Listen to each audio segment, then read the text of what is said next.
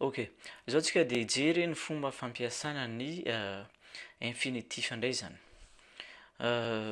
Misy karazana anankiroa amin'ny ankapobeny zany fomba fampiasana azy. Dia ny tena matetika moa izy miaraka amin'ny préposition. Ary ho hitantsika rehefa avy eo fa ny préposition izay tena matetika miaraka aminy dia ny préposition le. Satria ny infinitif moa zany azo adika amin'ny teny frantsay ohatra ny hoe pour, angamba zao no mety azo andikana azy. Amin'ny teny malagasy mba ho, angamba mety azo andikana azy. Fa ho hitantsika rehefa avy eo moa zany ny ka mety azo andikana azy amin'ny teny malagasy. Ny voalohany zany mety ho ialohavan'ny préposition izy, mety ialohavan'ny préposition, karazana préposition manahoana zany no mety ho miaraka aminy, na koa izy afaka miaraka amina suffixe nominaux, suffixe nominal.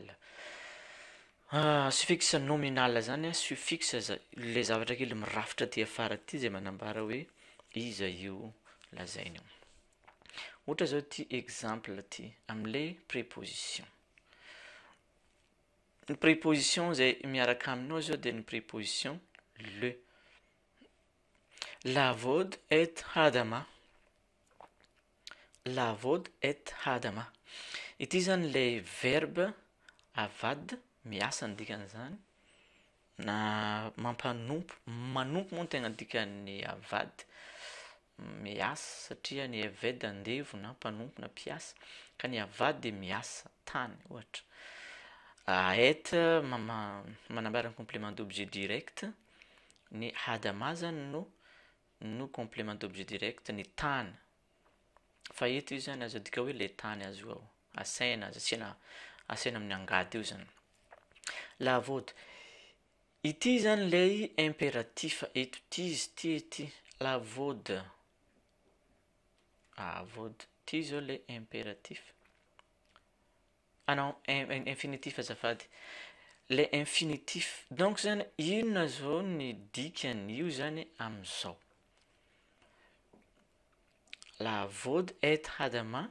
Dika zany dia hoe mba hiasa ny tany.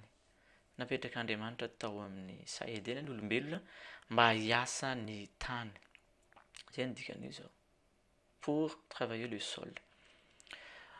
Ohatra indray zao ny ato hitantsika ato, inona io verbe io? Mbola misy an'ilay préposition ihany ato, préposition le, dia shmôr. Ty zany fa saingy misy anato, inona izy ty? Ty zao le verbe chamar, dia misy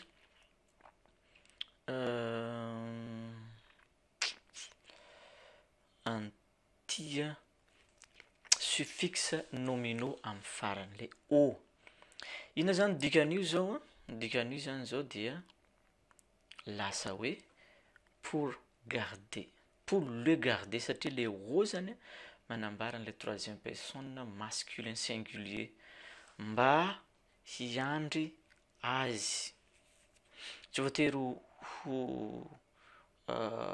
masculin io zany fa mety hiovaova, mety ho féminin, mety ho pluriel, mety ho singulier sy ny sisa, fa azoazonareo angamba zay ny fampiasana azy na ny sary zay ampiasana azy. Infinitif ihany koa dia construit. L'infinitif construit peut se construire. Ny infinitif construit ohatra ny mampimela izy. Ny infinitif construit dia afaka se construire amina nom hafa. Mitovy amin'ilay nom hitantsika taloha regny, na mety miaraka ohatra zao amin'ny complément au génitif izy, na mety ho lasa ohatran'ny verbe ihany koa izy, peut avoir un complément d'accusatif, l'accusatif azafady. Amin'izay fotoan'izay zany izy dia manome endrika zavatra ohatrohatran'izao. Ohatra zao ty bitsety nafisa. Bitsety nafisa. Aiza zao ilay préposition zao dia ity tsy voatery préposition le ihany izy teo fa tiako ny préposition hafa ihany koa ty zao. Préposition be. Ny be moa na izy manambara fotoana na izy manambara toerana. Ka ny verbe zany zao de ty, tsaa. Inona io verbe io? Verbe iatsa zao io a. Verbe iatsa zao io. Ohatray. Verbe iatsa io fa amin'ny infinitif. Inona zany ny dikan'io? Manambara fotoana izy eto zany zao. Tamin'ny fotoana izay nivoahany. Nivoahany inona? Niainy. De sa vie. Inona moa ny dikan'izany? Raha niaina no mivoaka de inona zany? Maty zany le olona. Ny dikan'ity rehetrarehetra ity zany de hoe tamin'ny nahafatesany. Ohatran'izay koa le verbe faharoa hitantsika ato. Samara ihany ity zany no miverina eto ity. Dia misy préposition koa ao a. Inona i préposition? Le mahazatra. Lismor habait. Lismor habait. Dikan'izany zany hoe pour garder la maison. Mba hiandry ny trano. Eto izy zany araka ilay efa nolazaiko teo dia construit zany zao eto. Construit amin'ny inona zany le verbe? Construit amin'ny nefesh. Nefesh ty a. Nefesh. Aina moa zany na koa moa zany fofinaina mahavelona aina ao anatin'ny olona ao dikany nefesh. Dia izay no mahatonga antsika nandika azy hoe ny fivoahany teo amin'ny fivoahan'ny ainy na teo amin'ny fahafatesany. Lismor habait. Ito zany de tena verbe fotsiny. Verbe miaraka amin'ny complément d'objet direct. La maison. Non tsy voatery direct moa izy zany fa io izy zany manana endrika an'izay. Dia parce que la plupart des infinitifs sont introduits par la préposition le, ceci a une valeur particulière. Satria izy amin'ny ankapobeny zany de ny préposition le zany no tena betsaka dia manana asa manokana mihitsy izy zany. Ohatra fotsiny zao anankiroa moa telo izy omeny ato. Ny voalohany de elle se traduit souvent par on plus participe. Resaka fandikana indray moa ty zany. Izay ny problème ndeto tsika mianatra hébreu amin'ny teny hafa, amin'ny teny frantsay sy amin'ny teny anglisy. Dia lasa ny fiteny zareo zany no hitondrany azy. Rehefa mandika an'ilay préposition miaraka amin'ilay le verbe amin'ny infinitif de lasa mampiasa an'ilay en izy plus participe. Ohatra fotsiny zao ty. Vaidaber Elohim et kol hadbarim haele le mor.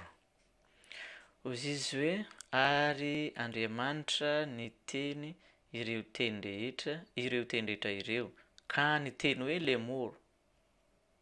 Ty zany lay verbe sy les prépositions zao. Les verbes zao ty zao les prépositions de ty les verbes. Ok. Ty les verbes. De ty les prépositions. Les morts. Inona no andikantsika an'ilay hoe les morts? Amin'ny teny frantsay zareo miteny hoe ka ny teny hoe amin'ny teny anglisy izy amin'ny teny anglisy indraindray izy adikany hoe and said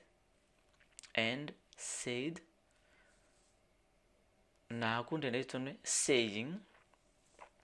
saying mampiasa participe ihany izy. Amin'ny teny malagasy kosa dia tsy fantatro hoe ahoana zao no andikantsika azy. Lasa atombotsika avy amin'ny voalohany ilay izy. Vaidaber ary ny teny Andriamanitra ireo teny rehetra ireo ka ny teny hoe izay angamba no andikantsika azy amin'ny teny gasy. Ka ny teny hoe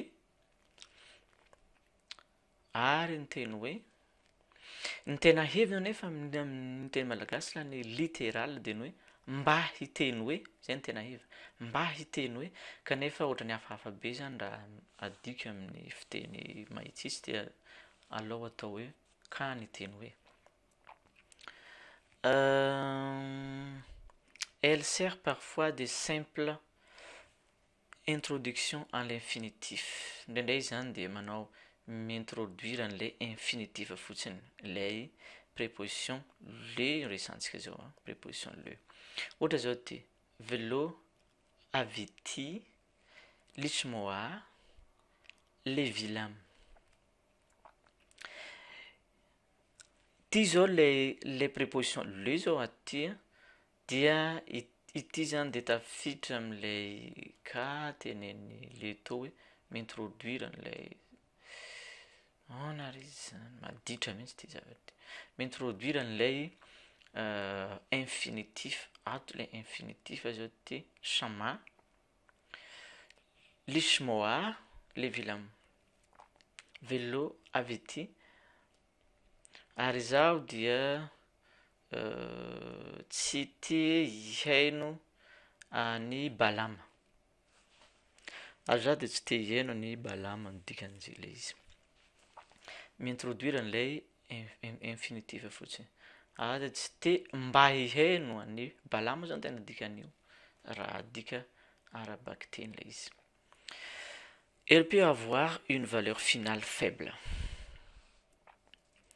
elle peut avoir une valeur finale faible ohatra zao ty zao valeur finale zany manambara inona moa zany manambara fin manambara inona moa ny fin amin'ny teny malagasy tanjona ve zany sa zavatra kendrena ohatra